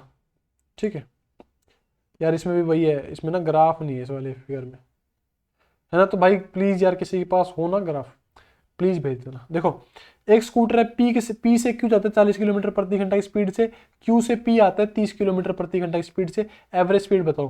देखो जब पाथ सेम हो, पी क्यू, ये पी से क्यू गया है और क्यू से पी आया है, जब डिस्टेंस सेम हो और एवरेज स्पीड की बात करी हो, जब डिस्टेंस सेम हो और एवरेज स्पीड की बात करी हो, तो लिखो एवरेज स्पीड का फॉर्मूला, कॉपी में लिख लो, एवरेज स्पीड का फॉर्मूला लिख लो। इसको बताऊंगा जब हम कभी चैप्टर करेंगे ना, ये वाला आता कैसे, ये सारी चीजें बताऊंगा। 2xy upon x plus y only applies when, जब डिस्टेंस आना जाना सेम डिस्टेंस हो। अगर अलग अलग हुआ एवरेज स्पीड अलग चीज हो जाती है। ठीक है, एवरेज स्पीड बेसिकली देखो, एक जर्नल फॉर्मूला एवरेज स्पीड का होता है, टोटल डिस्टेंस, देखो स्पीड और एवरेज लगा दिया। स्पीड का फॉर्मूला क्या होता है? Distance upon time. Average speed का होता है total distance, total distance upon total time. ठीक है, ये जो फॉर्मूला है ना, ये इसी चीज से आया है, ये आपको बताऊंगा जब हम कभी सॉल्व करेंगे। सिंपल पता लग गया। अब देखो पी से क्यू आया, क्यू से पी आया, मतलब एवरेज स्पीड का फॉर्मूला ये लगेगा। चलो लगाते हैं, 2 x मतलब इसकी एक स्पीड और y मतलब दूसरी स्पीड, x जाने की स्पीड, y आने की स्पीड, जाने की स्पीड 40, आने की स्पीड 30, अपॉन में क्या x प्लस वाई, जाने की स्पीड 40, आने की स्पीड 30, कितना हो गया ये 4 3 12 12 24, 2470, कितना है 240/7 किलोमीटर प्रति घंटा है ऑप्शन, ये रहा ऑप्शन। क्लियर बात, चलो आगे।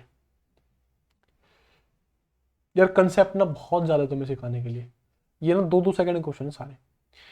अब फिर से मैंने कंसेप्ट क्या समझाऊं यार तुम्हें, चलो फिर भी देखो टाइम है अभी काफी, हम अच्छे तरीके से करेंगे, ऐसी कोई बात नहीं है। B1 और B2 कंटेनर है, दोनों में रेशियो ऑफ टू लिक्विड, एक कंटेनर है उसके अंदर दो रेशियो का जो लिक्विड है B1 और B2, उनका रेशियो 5:7 है, ठीक है। When 12 litre of mixture is remove from the container, उस कंटेनर में से देखो ये रहा, इसमें ना B1 है और B2 है, सिंपल अगर दूध मान लो, दूध मानो आप, दूध है इसमें, दूध और पानी, दूध और पानी, दूध और पानी का रेशियो 5:7 है, ये दूध है और ये पानी है, पानी ज़्यादा मिला रखा है दूध वाले ने, तो चेंज कर दो, दूध वाला चेंज कर दो। When 12 litre of mixture is removed from the container, इस मिक्सचर में से 12 लीटर को निकाल दिया गया, 12 लीटर के मिक्सचर को, एंड रिप्लेस्ड विद B2, ठीक है। Now the ratio of B1 B2 becomes 2:3, तो B1 litre, B1 container, B1 जो लिक्विड है मतलब दूध है, वो कितना इनिशियली था। एक चीज समझो, देखो इसको मैं से बना देता हूँ, इसी से बना देता हूँ, देखो इसको बाद में मिटा दूंगा, ये 5:7 है B1 B2, मतलब कि अगर 5:7 12 हो गया, अगर मैं इसमें से 12 लीटर निकालूंगा, 5 और 7 को मैंने बेसिकली जोड़ दिया 12, अगर इसमें से मैं 12 लीटर निकालूंगा इस मिक्सचर में से, देखो अगर आपने दूध और पानी को मिला दिया, तो अगर आपने एक कप निकाल लिया फिर एक गिलास निकाल लिया ना उस मिक्सचर में से, तो उसमें दूध और पानी का जो रेशियो पूरे ड्राम में था वही रहेगा।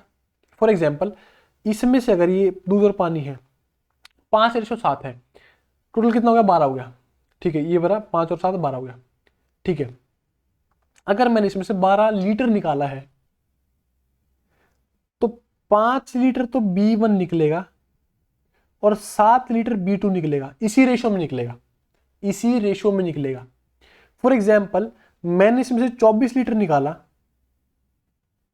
रेशियो क्या 5:7, 12 की वैल्यू 24, एक की वैल्यू 2, तो 10 लीटर ये निकलेगा, 14 लीटर ये निकलेगा, काट के देखो रेशियो वही रहेगा, देखो 10 लीटर ये, 14 लीटर ये, काट के देखो 5:7, क्लियर बात।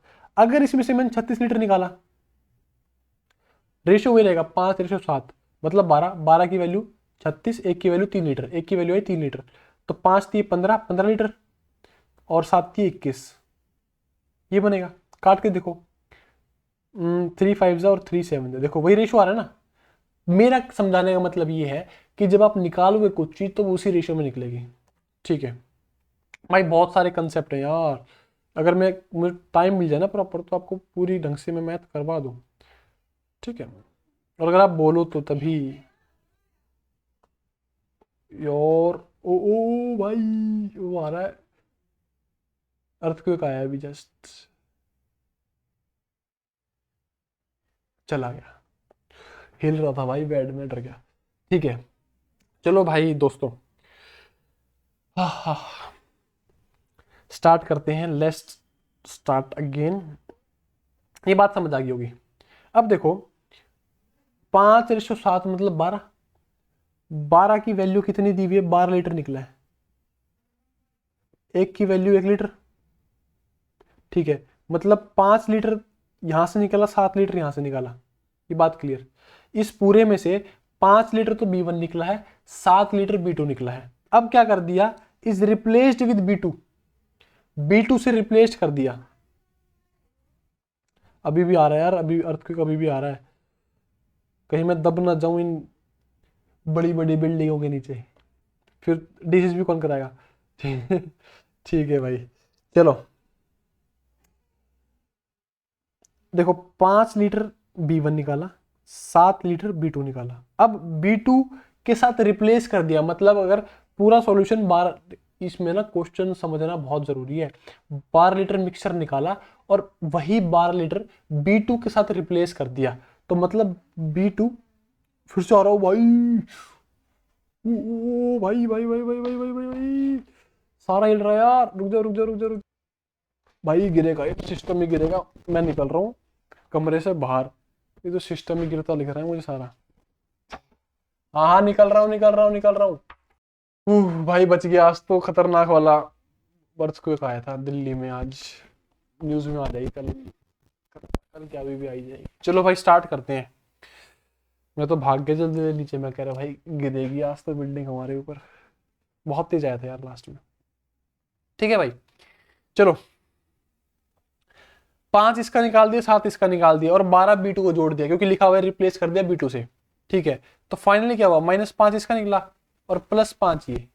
मतलब फाइनली बेसिक कैलकुलेशन हुई क्या है कि 5 तो B1 निकला है और 5 B2 जुड़ा है फाइनल चीज में। असल में क्या हुआ है, -5 B1 निकला है, -7 B2 निकला है, उसके बाद 12 B2 जुड़ा है। पर फाइनली क्या हुआ है कि -5 B1 निकला और +5 B2 जुड़ा। सिंपल चीज है, ये बात क्लियर। चलो एक नई चीज और सिखाता हूं। देखो अभी ना काफी सारी चीजें नई लगेंगी तुम्हें, पर जब तुम 3-4 क्लास देख लोगे, 5-6 देख लोगे ना, सारी चीजें नॉर्मल हो जाएंगी और बिल्कुल मैथ को उड़ाने लग जाओगे। ठीक है, देखो रेशो क्या था, 5:7। इनिशियल रेशो, फाइनल रेशो लिखो 2:3। ये B1 और B2 का है ना। अब यहां पे लिखो जो इनमें कैलकुलेशन हुई है। तो मैंने क्या बताया, 5 तो B1 कटा है और फाइनली B2 कितना जुड़ा है, 5 जुड़ा है। ठीक है, करना क्या है, क्रॉस मल्टीप्लीकेशन 5 की 3 से, 2 की 7 से और माइनस करना दोनों को माइनस करना है। 5 दिए 15, 7 दूनी 14, 15 - 14, देखो 5 दिए 15 -14 1। अब इसकी वैल्यू भी आगे आएगी। 2 को 5 से मल्टीप्लाई करना है, 3 को भी 5 से, मतलब सिंपल बेसिकली क्रॉस मल्टीप्लीकेशन करनी है ऐसे और माइनस करना है। 2 पंजे 10, 3 पंजे 15 और माइनस करना है। देखो 10 माइनस करना है और -15 आएगा, तो एक की वैल्यू कितनी आई, 10 + 15 हो जाएगा, तो 25 आई एक की वैल्यू। एक की वैल्यू आई 25, एक की वैल्यू कितनी आई 25। ठीक है, मतलब एक की वैल्यू आई 25 लीटर, क्योंकि ये भी लीटर में था ना बच्चे, तो 25 लीटर। इसका भाई और भी लंबा मेथड हो, ये द इजीएस्ट है जो मैं करना चाह रहा हूँ। ये पहली बार में कॉम्प्लेक्स लगेगा, पर एक बार जब हम बहुत सारे क्वेश्चन प्रैक्टिस कर लेंगे ना, इससे बच्चों वाला मेथड और कोई नहीं है। ठीक है, 25 लीटर। अब रेशियो है तो कोई ना कोई वैल्यू होगी, तो ये 25 इसी की वैल्यू हुई है। एक की वैल्यू 25 है, तो 5 की वैल्यू कितनी हो जाएगी 125 और 7 की वैल्यू कितनी हो जाएगी 175। ठीक है, क्या पूछा था, how many litres of B1 was in container initially.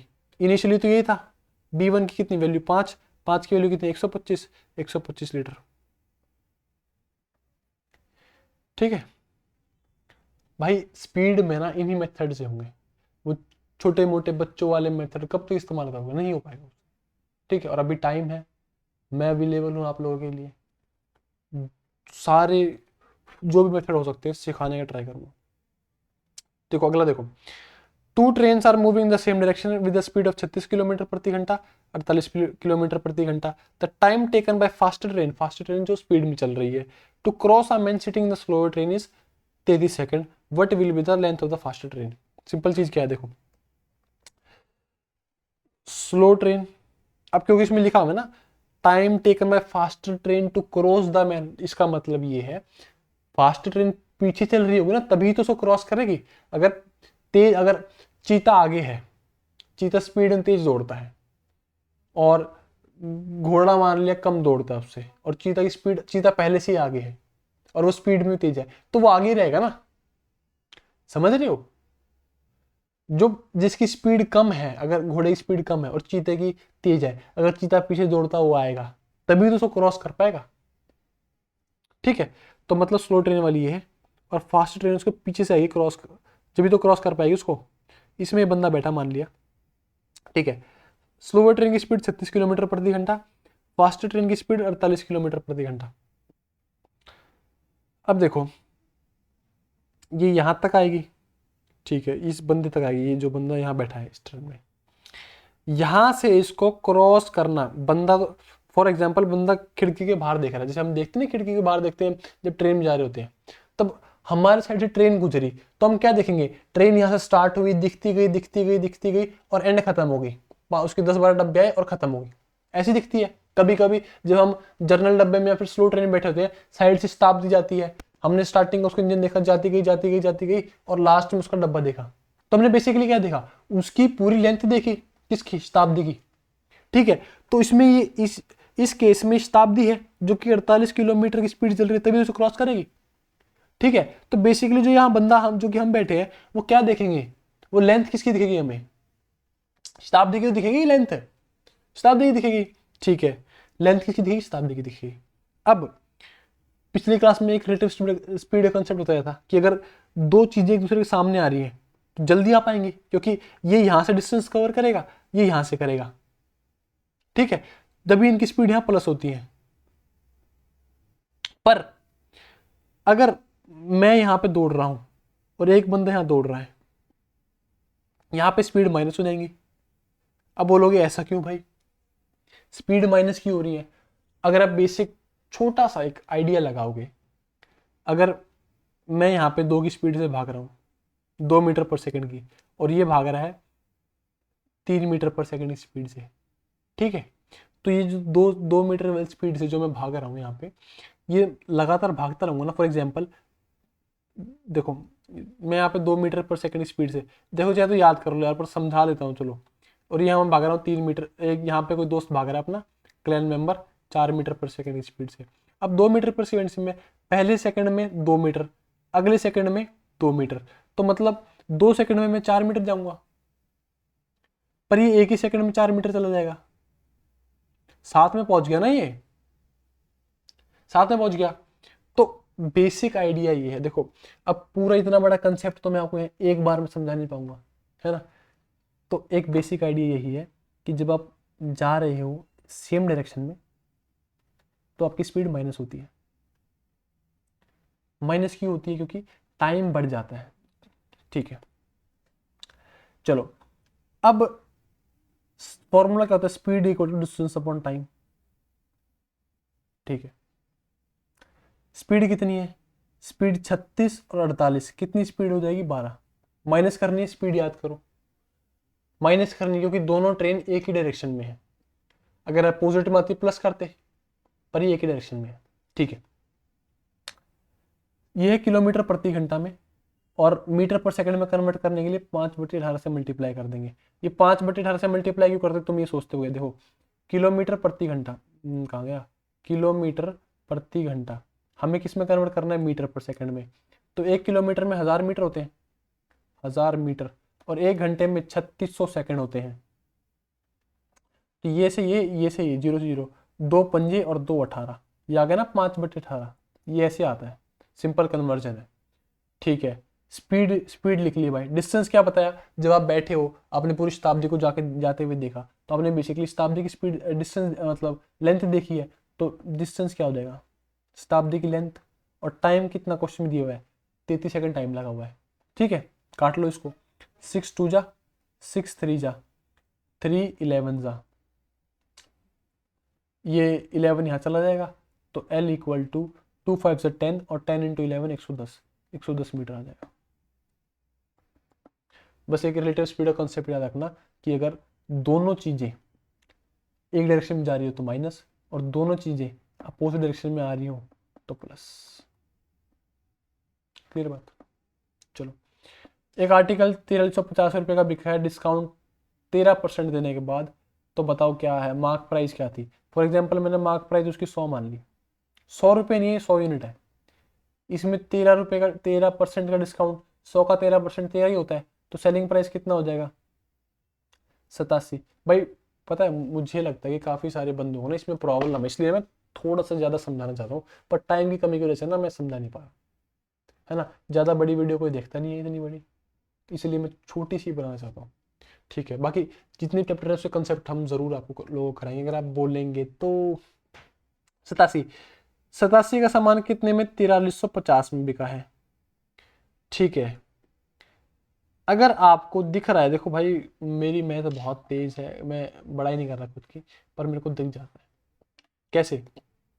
87 का आधा कितना होता है 86 का आधा, 86 का आधा 43, और 87 का 43.5। ये क्या है 43.5, पॉइंट ही तो नहीं है, तो इसका 550 से कटेगा ये। और ये बात नहीं है कि मैं बाद में पहले याद करके आ रखूँ, ऐसी बात नहीं है। ठीक है, तो एक की वैल्यू कितनी आ गई 50, निकालने कितनी है मार्क प्राइस, मार्क प्राइस कितना 100, 100 की वैल्यू निकालनी है, एक की वैल्यू 50 रुपये और ये 5000 रुपये, याद है इसका आंसर। चलो भाई, विनय ने एक आर्टिकल परचेज किया 1500 रुपये के हिसाब से, उसमें 500 रुपये और खर्चा किया और उसको बेचते टाइम 500 रुपये का प्रॉफिट कमाया। ठीक है, लागत कितनी पड़ी उसको, 1500 का लेके आया, 500 रुपये उसका भाड़े में लगा दिए, 2000 रुपये का पड़ा, 2000 रुपये का पड़ा। प्रॉफिट कितने का हुआ 500 का प्रॉफिट हुआ, कितने पे 2000 पे, इंटू में 100। ये बच्चे तुम्हें समझा दूंगा एक दिन, जिसको यार इतना तो मैं ये मानता हूँ कि इतना बेसिक तो तुम्हें आता ही होगा। कितना आ गया 25%। ठीक है, अब मैथ कराने के अब मैं तुम्हें कैसे कराऊँ, एक तो प्रैक्टिस के रूप में हो सकता है, प्रैक्टिस के रूप में ये है कि मैं फटाफट जो मैक्सिमम स्पीड में हो सके वो कराऊँ। एक हुआ कि हर क्वेश्चन को बिल्कुल समझाए कराऊँ, है ना। चलो, इसमें भी बच्चे वो नहीं डायग्राम, ये वाला ना, ये डायग्राम नहीं है इसमें, इसमें भी नहीं है यार, ये भेज दो यार किसी के पास होना, ये बहुत सारे क्वेश्चन मिस हो जाते हैं फिर आपके। देखो, simple interest received on a sum of 40 for 40 year 4/सम। सिंपल इंटरेस्ट कितना मिला है 4/5 मिला है। सिंपल इंटरेस्ट कितना मिला है 4/5। ठीक है, 4/5 को बेटा देखो बच्चे दोस्त मेरे, 1/2 कितना होता है 50% होता है। कैसे आता है 1/2 इंटू 100 करेगा तो 50% आएगा, ये आपको पता ही है। ठीक है, मतलब कि फ्रैक्शन को हमें परसेंटेज में कन्वर्ट करना है, बेसिकली 100 से मल्टीप्लाई करना है। तो 4/5 है, इसको अगर मैं 100 से मल्टीप्लाई कर दूं तो 20, कितना आ गया 80%।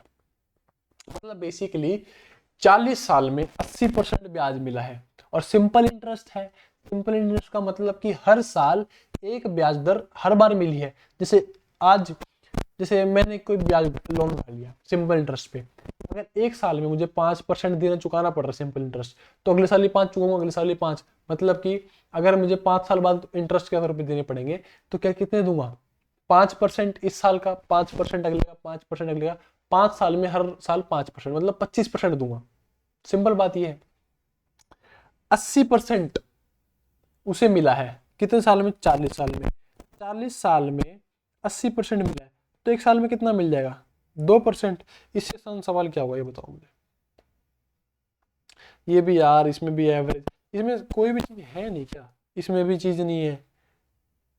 ठीक है, ये बताओ, देखो 97y3x इज डिविजिबल बाय 90, तो y माइनस एक्स की वैल्यू बतानी है। देखो 97y3x, अब क्योंकि 90 है, अब 90 क्योंकि आखिरी में 0 है, तो 90 को आप कोई भी नंबर से मल्टीप्लाई करके देखो, 17 से, 16 से, 5 से, 6 से, 7 से, 64 से, आखिरी में 0 बनेगा ही बनेगा।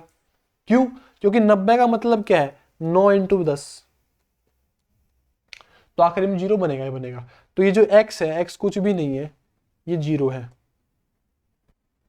ये सॉरी ये कुछ भी नहीं है, 0 है, 0 है। ठीक है, एक 10 से डिविजिबल हो गया, 10 से डिविजिबल हो गया, ये क्यों आखिरी में 0 लिख दिया, ये पूरी चीज 10 से डिविजिबल है। अब हमें 9 से और बनानी है, 9 से डिविजिबल और बनानी है। 9 से डिविजिबल कैसे पता करते हैं कि सारे डिजिट्स का सम अगर 9 से डिवाइड हो रहा है तो वो 9 का मतलब 9 से डिवाइड हो जाएगा पूरे। फॉर एग्जाम्पल 4 5 6 3 2 7, ये चेक करना है कि 9 से डिवाइड हो पाएगा नहीं हुआ। इन सारे डिजिट्स का सम कर लो, अगर वो 9 से डिवाइड हो रहा है तो हाँ ये पूरा सम, ये सारे जो पूरा इतना बड़ा नंबर है ये भी 9 से डिवाइड हो जाएगा। देखो 4 5 9 6 3 9, सॉरी 4 5 9 9 6 15 15 3 18 18 2 20 20 2 27, क्या 27 9 से डिवाइड होता है? बिल्कुल होता है भाई। तो ये इतना बड़ा नंबर भी 9 से डिवाइड हो जाएगा। ये चेक है, चेक करने का फॉर्मूला है। तो देखो 9 प्लस 7 16, 16 प्लस 3 19, 19 प्लस 0 0, तो 19 प्लस वाई, इसको किससे डिवाइड करना? 9 से। देखो 19 आ गया तो 9 18, अगला नंबर 27 और अगला नंबर 36। इसको 27 कैसे बनाओगे? y की वैल्यू क्या होगी कि 27 बन जाएगी? 8, तो 8, तो y की वैल्यू हो जाएगी 8। ठीक है, क्या पूछा है? y माइनस एक्स, वाई की वैल्यू 8, x की वैल्यू 0, कितना आंसर? 8। ठीक है, p और q का रेशो 12:10 है, q का वेट 25% बढ़ जाता है, टोटल वेट p और q का मिला के 50% बढ़ जाता है, टोटल वेट 132 किलो हो जाता है। तो ये बताना है p में कितना इंक्रीमेंट आया। बहुत ही इजी क्वेश्चन है। देखो 12:10, ये p है, आपको पता है, ये q है। q में 25% का इंक्रीज मतलब कि 12.5, सही है। क्यू में 25% का इंक्रीज मतलब कि 12.5, 10 का 25% कितना हुआ? 10 का 100 का बताओ, 100 का 25% 25 हुआ ना, तो 10 का 25% 2.5 हो जाएगा। ठीक है, ये मैं ये मानता हूँ आपको आता हुआ, अगर नहीं आता भाई अगली क्लास में देखेंगे कभी। ठीक है, पी, अब देखो टोटल, टोटल कितना है? 12 और 10 22। ठीक है, टोटल और पी और क्यू में बोथ में इंक्रीज है 50% का। 22 का 50% मतलब 22 का आधा, 22 का आधा कितना? 11, तो मतलब 11 और बड़ा है, तो 22 टोटल 33। ये बात आई समझ? क्या बोला हुआ है? क्यू का तो 25% वेट बढ़ा है, बढ़ा दिया। पी और क्यू मिला के 22 के थे, पर इसमें भी 50% का इंक्रीमेंट आया है, मतलब 33। ठीक है, इसको मैं कर देता हूं मिटा के, यहाँ पे 33। ये क्यू है नए वाला, ये नए वाला पी है, और इसका नया वाला वेट ये है। अगर क्यू 12.5 है और टोटल मिला के 33 है, ये पुराना वेट था बच्चों, पी की वैल्यू 12, क्यू की वैल्यू 10, कुल मिला के 22। पर अब क्या हुआ? क्यू की वैल्यू 25% बढ़ गई, और पी और क्यू की दोनों की वैल्यू कुल मिला के 50% बढ़ गई, 33। यहाँ पे क्या रहा होगा? पी की वैल्यू, पी की वैल्यू 33 में से 12.5 घटा दो, कितना आ जाएगा? पहले 13 पूरा कर लो, 0.5 और 20, तो 20.5, क्या हो गया ये? 20.5। ठीक है, 20.5। If total weight becomes 132 kilo, total weight 33 है यहाँ पे, 33, इसकी वैल्यू 132 किलो। एक यूनिट की वैल्यू कितनी आ गई बच्चों? 4 किलो। एक यूनिट की वैल्यू कितनी आ गई? 4 kilo. What is the weight of P after increment? Increment कितना हुआ है? 20.5। एक की वैल्यू 4 किलो है, 20.5 की वैल्यू निकालनी है, इंटू में 4। देखो 4 को 20 से करूंगा कितना? 80 आ जाएगा, और आधा है, 4 का आधा कितना होता है? 2 किलो, 82 किलो। ठीक है, 82 किलो।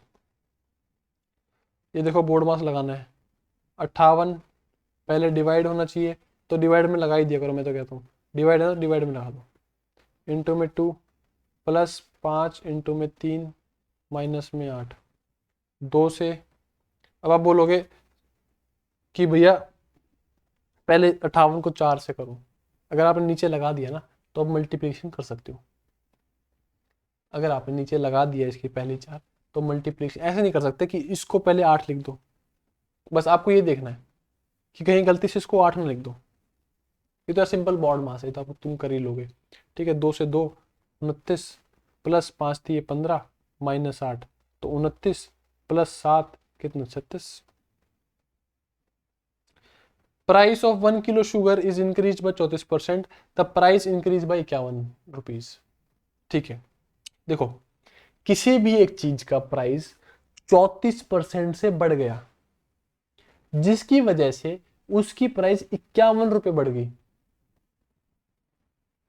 एग्जाम्पल देखो, 100% की कोई भी चीज थी और वो मान ली 200 रुपए की थी। ठीक है, अगर मैं बोलूं इसका प्राइस 20% बढ़ गया, 20% बढ़ गया, 200 का 20% 40 रुपए, तो यही तो बोलूंगा 20% की वैल्यू 40 रुपए है ना। 100% टी शर्ट, 100% एक कोई भी हर चीज अपने आप में 100% ही होती है। एक टी शर्ट की वैल्यू 200 रुपए थी, जो कि बहुत ही सस्ती टी शर्ट थी, सोम बाजार बुध बाजार वगैरह की होगी।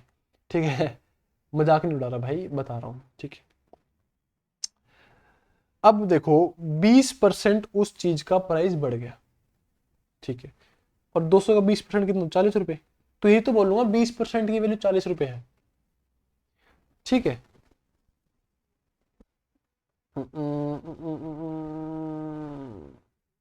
ठीक है, देखो 34% बढ़ा है, प्राइस कितना 51 से बढ़ा है, तो परसेंटेज में 34% बढ़ा है, और वैसे कितना बढ़ा है, 51 रुपए।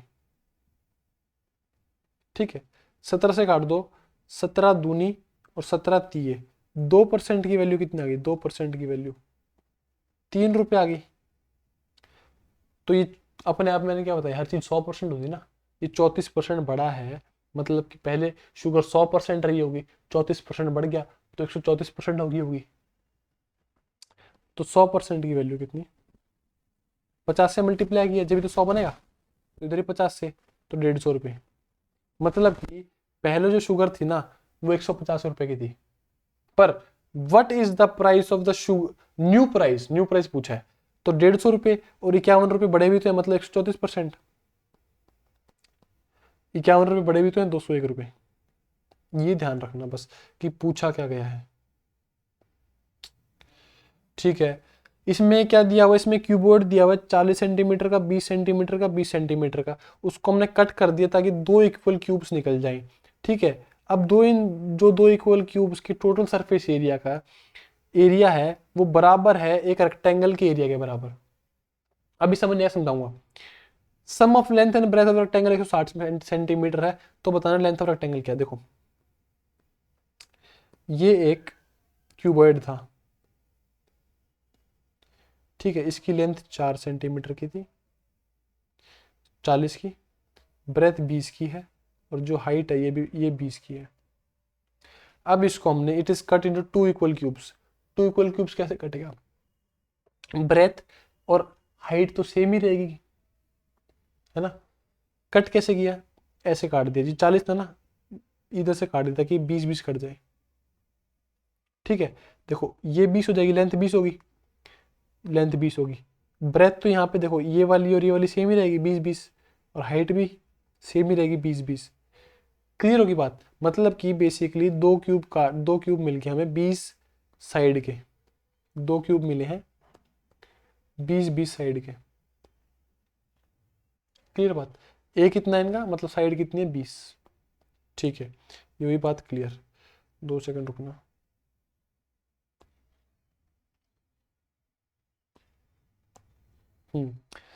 सम of total surface area of these two cubes, total surface area क्या होता है क्यूब का, 6a², और दो क्यूब है क्योंकि, तो कितना हो जाएगा 2 × 6a²। ए की वैल्यू कितनी है, ए की वैल्यू 20 है, तो 20 का square is equal to the area of rectangle. Rectangle का एरिया क्या होता है, लेंथ इंटू ब्रेथ। ठीक है, अब कर लो इसको, 2 × 6, 20 का square 400, L into B, 2 × 6 = 12, 12 × 4 = 48, 4800 equal to L into B. क्या बोला हुआ है, लेंथ और ब्रेथ का सम 160 है, लेंथ और ब्रेथ का सम 160 है। अब लेंथ बतानी है। देखो अब भाई तुम इसमें क्या कर सकते हो, इसमें ना पहली बात तो आप लोगों को दिखना चाहिए। दिखेगा कैसे कि कौन कौन से नंबर है? लगातार प्रैक्टिस से दिखेगा। देखो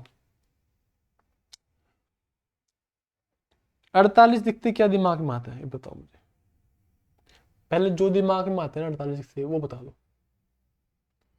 और क्योंकि ये 160 है और ये 00 है, तो मतलब कि दोनों ही नंबर लाइक अगर नंबर रहे होंगे तो 70 80 ऐसे रहे होंगे ना, क्योंकि तभी तो यहाँ डबल जीरो बनेगी, तभी तो यहाँ डबल जीरो बनेगी। और दोनों के दोनों नंबर 160 से नीचे रहे होंगे। आप ऐसे नहीं कर सकते कि 48 कर दो और 100 कर दो, ऐसा कर सकते हो पर इनका सम 160 तो नहीं बनेगा ना। ठीक है, मतलब कि मैं बेसिकली आपको कह रहा हूँ हिट एंड ट्रायल देख के। और मेरे को तो भाई सीधे सीधे दिख रहा है, देखो सीधा सीधा देखो क्या दिख रहा है। 48 कैसे आता है? 12 × 4 आता है तो 120, और 40 4800 आ जाएगा। जोड़ के देखो 120 और 40 160 आ गया। ठीक है, लेंथ कितनी? 120। लेंथ कितनी? 120। ब्रेथ कितनी पूछता? ब्रेथ पूछता 40। ठीक है, सबसे आसान तरीका इसका करने का यही है, इससे आसान तरीका नहीं है। क्लियर हुई बात? चलो ये हुआ यहाँ पे खत्म। ये आ गया इंग्लिश का सेक्शन। इंग्लिश का भी यार करने को तो हम कर सकते हैं, पर अगर आप बोलो तभी करेंगे, वरना क्यों टाइम वेस्ट करना है ना। चलो ठीक है भाई, अब ना मुझे एक बार ये कंफर्म कर देना कमेंट सेक्शन में जिसने यहाँ तक क्लास देखी है, पहली चीज। दूसरी चीज, ताकि मुझे पता लग जाए मुझे किस हिसाब से क्वेश्चन कराने हैं। ठीक है, मुझे ज़्यादा डीप में जाके क्वेश्चन कराने हैं या ऊपर ऊपर से ऊपर ऊपर से मतलब कि काफ़ी सारे बंदे जो प्रैक्टिस मूड में होते हैं, काफ़ी सारे होते हैं जिनको स्टार्टिंग फेज में होते हैं। ठीक है, काम दोनों की आएगी दोनों। पहला कि आपको कितना आता है, मतलब you are in practice mood. Mood नहीं, प्रैक्टिस मूड, मतलब कि आपने सिलेबस कर रखा है, अभी आपसे फिलहाल क्वेश्चन सॉल्व नहीं हो रहे, पर जब आप क्वेश्चन देख रहे हो आपको आइडिया लग जाता है हाँ मुझे कैसे क्वेश्चन सॉल्व करना है। ठीक है, पहला कि आप प्रैक्टिस मोड में हो, दूसरा कि आप लर्निंग मोड में हो। दोनों चीज उसी हिसाब से मैं उसी हिसाब से मैं फिर मतलब टीचिंग स्टाइल को कन्वर्ट कर दूंगा। अगर प्रैक्टिस मोड में ज़्यादा बच्चे होंगे तो प्रैक्टिस मोड में करा देंगे, अगर लर्निंग मोड में है तो थोड़ा सा और चीज़ों को खोल के बता देंगे। ठीक है, ये 2-3 क्लास में थोड़ा सा सेटल होने में टाइम लगेगा, मुझे पता लगेगा कि बच्चे किस मूड के हैं, उस हिसाब से कराएंगे। ठीक है, तो भाई ओपी क्लैन मेंबर्स भाई हर जगह हर वीडियो में जो भी मेंबर है वो प्लीज़ ओपी क्लैन लिखे, और और हमें एज अ फैमिली चलना है भाई। ठीक है, कोई किसी को बुरा भला ना बोले, किसी के बारे में नेगेटिविटी नहीं होनी चाहिए हमारे पास, है ना। हमारे पास सिर्फ अपना काम भी बहुत है, हमारे पास अपना ही काम बहुत है, डिशेज भी, हमें बाकी से कोई लेना देना नहीं है ना। ठीक है दोस्तों, तो चलिए खत्म करते हैं इस क्लास को यहाँ पे। आपसे मिलते हैं अगली क्लास में। अगली क्लास में शायद पेडागोजी क्वेश्चन करा दें, पेडागोजी के ना। ठीक है, और बाकी चाहे तो मैथ का कोई कंसेप्ट देखो, एक तो मैंने वो लिख लिया है तुम्हारा कौन सा था वो, सिलोगिज्म, वो तुम्हें कराना है। ठीक है, मैथ का अगर कोई चैप्टर कराना हो वो बता देना, वो करा देंगे। क्लियर बात। उसके बाद एक पेडागोजी की क्लास शायद कल आ जाए, परसों कल तो यही क्लास, मतलब कल, हाँ कल कल आ जाएगी। तो मैथ का कोई भी चैप्टर करा देंगे, मैथ का जो भी चैप्टर करना है वो बता देना, बाकी देख लेंगे। ठीक है, चलो दोस्तों आपसे मिलते अगली वीडियो में, तब तक के लिए जय हिंद, वंदे मातरम, राम राम, जय श्री राम, भारत माता की जय। ठीक है दोस्तों, बाय बाय, करते रहो। और हाँ वो बात जो मैं बता रहा था कि जोश होना चाहिए, चलो बाद में बताऊंगा। आपसे मिलते हैं अगली वीडियो में, तब तक के लिए जय हिंद, वंदे मातरम।